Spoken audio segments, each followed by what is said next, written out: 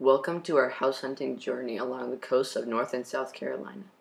We have enjoyed our 5 years here in Massachusetts, but we think it is time to go home to our family in North Carolina. We have landed in Myrtle Beach and are ready to go house hunting in Wilmington, North Carolina. Ready to start recording with an Apple phone. Now we must start driving to Wilmington, North Carolina. It is a pretty long drive at an hour and a half. Here we are in the beautiful town of Wilmington, North Carolina. This town sets up in between the Atlantic Ocean and the Intercoastal Waterway. It has a very similar feel to Portsmouth, New Hampshire. Wilmington is the setting for numerous movies, TV shows, and books. Award-winning author Nicholas Sparks often uses Wilmington as the setting in his well-known novels. The first house that we looked at is located on 316 Folly Island Court in Wilmington, North Carolina. This house has 2,991 square feet and sits on 0.76 acres of land. This house has a modern feel to it with a traditional architectural style. In my mind, I'm gone to Carolina. The second house that we looked at is located on 104 Great Pines Court in Wilmington, North Carolina. This house has 3,688 square feet and sits on 0.52 acres of land. It has a country feel to it with a low country architectural style and a beautiful pool. Yes, I'm gone to Carolina. Taking a break for lunch at Front Street Brewery in downtown Wilmington, North Carolina.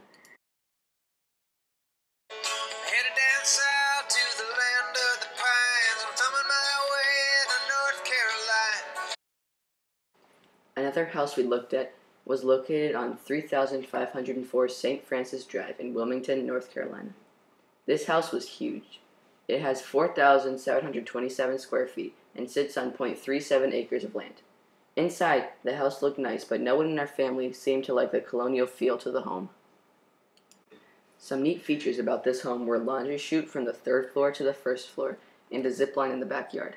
However, the area that could be used in the backyard was small. Sweet Carolina.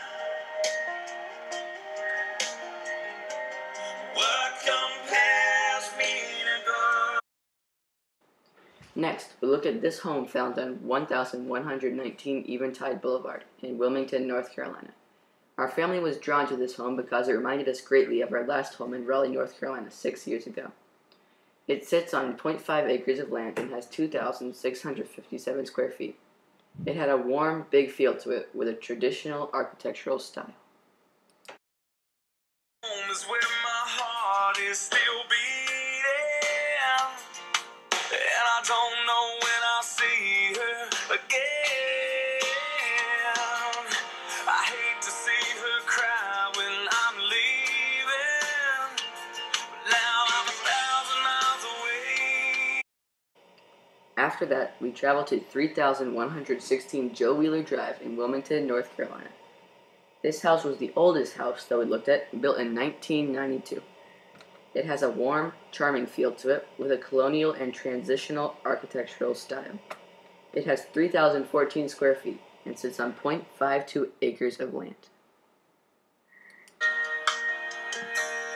Oh, my sweet Caroline. The next house that we looked at was located on 5,038 Monk Court in Wilmington, North Carolina. It has 2,622 square feet and sits on 0.41 acres of land. It is made of light brick and wood, giving it a nice look from the outside.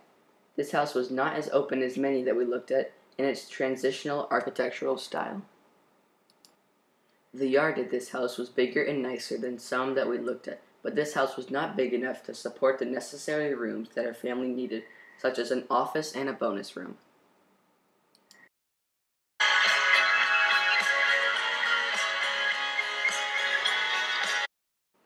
Many of the houses that we looked at were in gated communities. The final house that we looked at was located on 820 Grandview Drive in Hampstead, North Carolina. Hampstead is just above Wilmington, North Carolina. Immediately, when I walked into this house, I felt the grandness of it. The doors and ceilings were massive. This house has 3,742 square feet and sits on 0.48 acres of land. Behind the house is a very big deck with an open backyard. Also, there is a big pond that you could see from the different balconies attached to this house.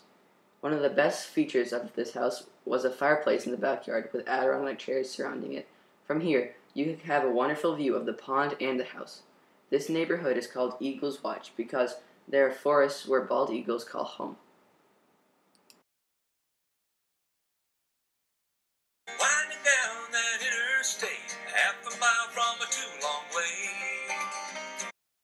After we finished house hunting, we went to a restaurant called El Cerro Grande. This restaurant translates to the Big Hill in English. After looking at over 25 different houses in both North Carolina and South Carolina, we narrowed them down to two.